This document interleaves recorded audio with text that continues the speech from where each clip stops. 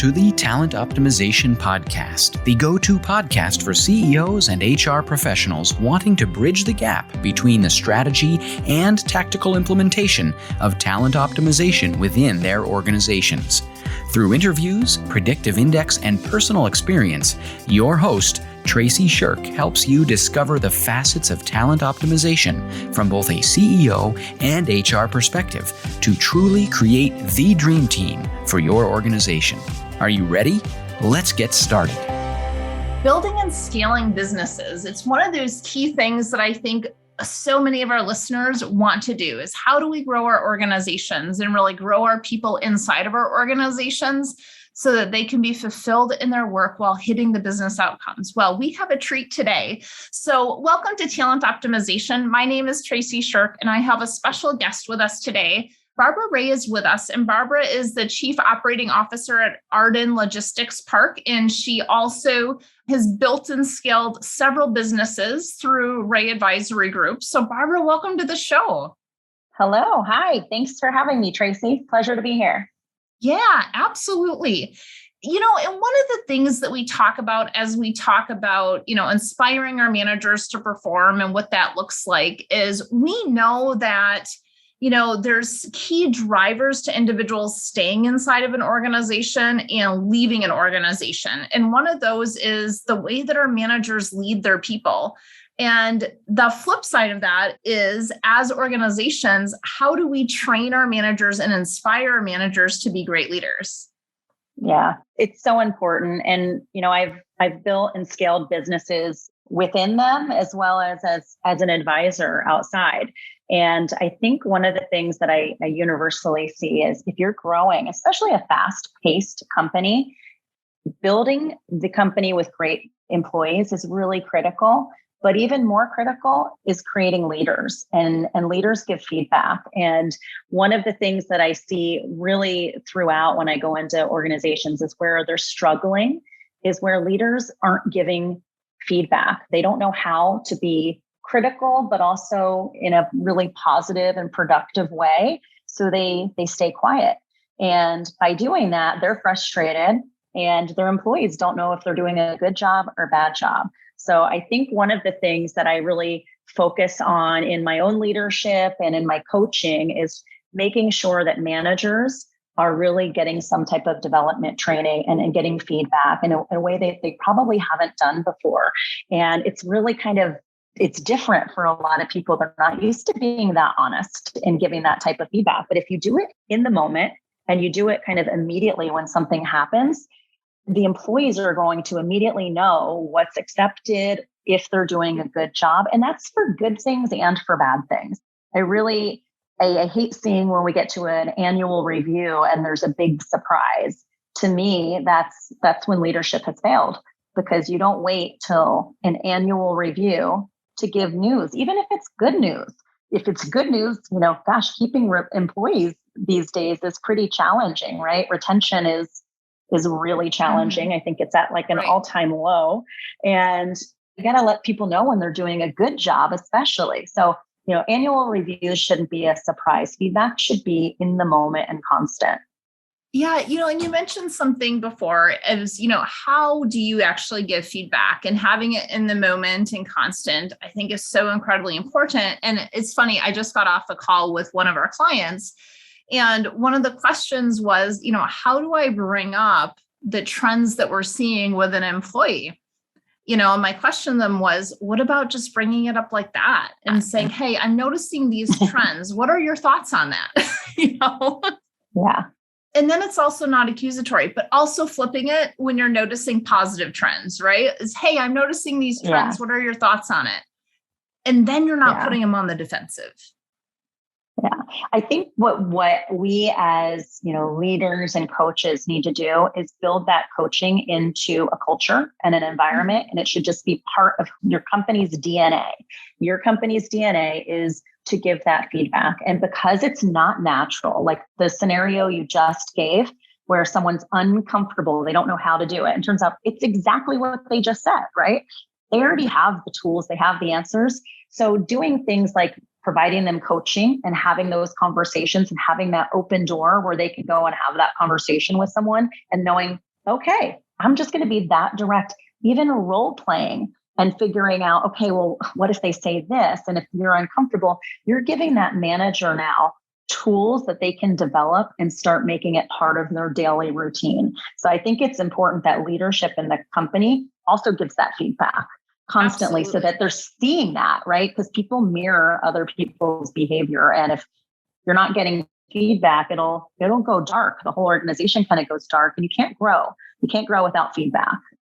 And you said something really interesting a second ago about mirroring, right? Like our staff will mirror what our leadership is doing, and we have to set up what is that we want to have happen. And you mentioned coaching as well. And if you go back in our podcast, the whole month of February, we actually talked about coaching. And there's some very specifics of how do you build that coaching culture inside your organization. So for our listeners that maybe haven't, tapped into those, there's some really great coaching podcasts that are out there. And, Barbara, I love what you said about coaching because it's so important. And yet so many of the folks inside of our organization have never been coached themselves, but yet are being asked to coach others. But I think, our job as leaders is to make sure people know what the resources are. Are there industry resources? If you're reading a great book or listen to a really great podcast where you're getting some value out of it, share it with your teammates, right? So that they can just add to their arsenal of tools so that they've got kind of a place they can go to and go, okay, I know how to handle this. And I think that's part of leadership, even introducing those things to people who they're not familiar with. You got a great book that you think, I think they can get something out of it. Challenge them to read it. Let's talk about it at our next, one-on-one. There's a lot of resources out there and it's not one size fits all, but, I think we need to introduce that because the more their mind opens up to those kind of things, they'll understand the value of giving feedback. They'll get more comfortable in their leadership.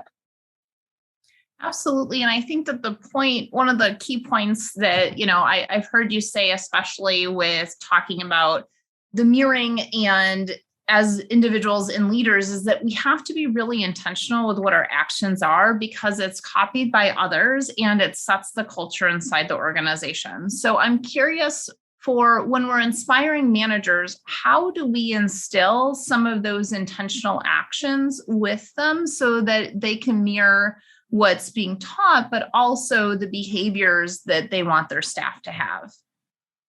So, one of the things I'm a big believer in is kind of setting annual goals. They're company goals, but they're also professional development goals, and doing check-ins, a monthly check-in where it's just focused on that. It could be as short as 15 minutes. It's not a big time investment. And if you've got, 5 or 7 employees, it's not that much to just spend 15 minutes a month and check in and go, hey, we spent some time in maybe the fall or whenever your process starts, but usually it's the fall and you're kind of looking at the year ahead and saying, what do we want to accomplish for the company, for these departments, and for you personally and professionally, and set those goals.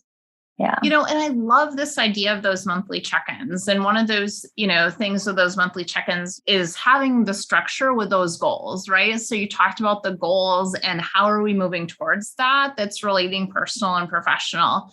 And with that, there's a really simple recipe that we so often use, and it is, hey, how did you do on your goals this last month, right? Like, what do you want to celebrate? What did you learn? And then what are our goals for the next month, right? So it's really these 3 simple questions. What was your wins?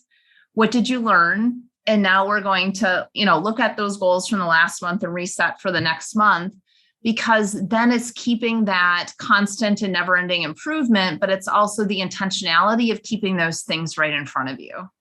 Yeah. Yeah, I so agree. Again, it goes back to people that are doing annual reviews and there's surprises, right? The surprises mean you haven't touched base on those things. You've said it and you forgot it, right? And then you revisit at the end of the year and go, oh, I said I was going to do that. Like, wow, I'm really far off. And people are rushing those last 2 weeks to see what they can get done. And sometimes they're not even relevant, right? So those are great things to just kind of go, if you're doing it monthly, you're never going to get that off track. You're going to reassess goals and say, what I set out to do 6 months ago is no longer relevant, right? Sometimes that changes.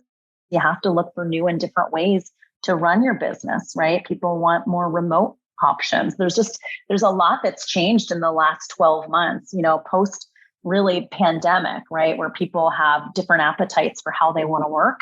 It's really changed. So that's interesting. And I think you don't get to see that if you're only looking once a year. You miss out on a lot of opportunities for feedback. Yeah, absolutely. And so as we start to kind of land the plane here, what's a key takeaway for our executives listening into our conversation today that they can implement inside of their organizations? Yeah, I really believe this HR component, the people component, is not just HR. Leadership really is with every position in the company. What I'd like to see is that people take away, we got to do more check-ins. We set goals. We do much more check-ins. I think leaders' jobs are, we're providing resources for people. We're removing the obstacles. And if we're taking time to understand what those obstacles are each month, that gives us a great baseline. So the takeaway is check-in, have check-ins that are dedicated really just to giving feedback and understanding where they're at with their personal and professional goals that we set out for. So I think to create a culture of feedback, you need one that it starts from the top and that you have a mechanism to do that regularly. So that's why I like doing these monthly check-ins. They're short, they're quick. And then as we kind of, close out here in that key takeaway for our HR listeners, what would that be? Look, HR, I feel like the biggest role for them is really beyond anything that's payroll and benefits. It's in developing leaders. I'd like to see HR professionals really know that they've got a huge role in the company because, gosh, the impact they can have by reducing turnover financially. So they're business drivers. If we get the right people in the right seats and we can retain them because we've coached them and given them a really great environment, HR can be a huge business driver. So I want to make sure that our HR leaders really always see themselves as someone who's got a big impact on the culture of the company, on revenue, not just the benefits and packages, payroll, and all that good stuff. It is such an important position in building a culture in a company. Mm-hmm.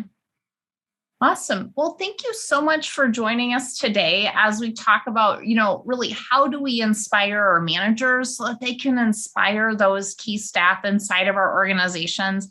I love those key takeaways of, the check-ins with our staff along with those performance conversations. So thank you so much for joining us today, Barbara, and I hope you all have a great rest of your day.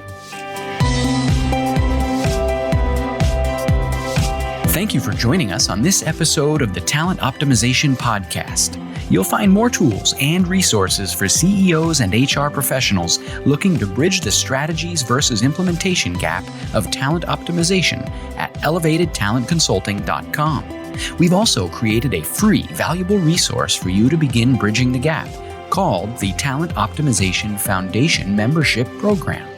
You can access it for free at elevatedtalentconsulting.com/foundation.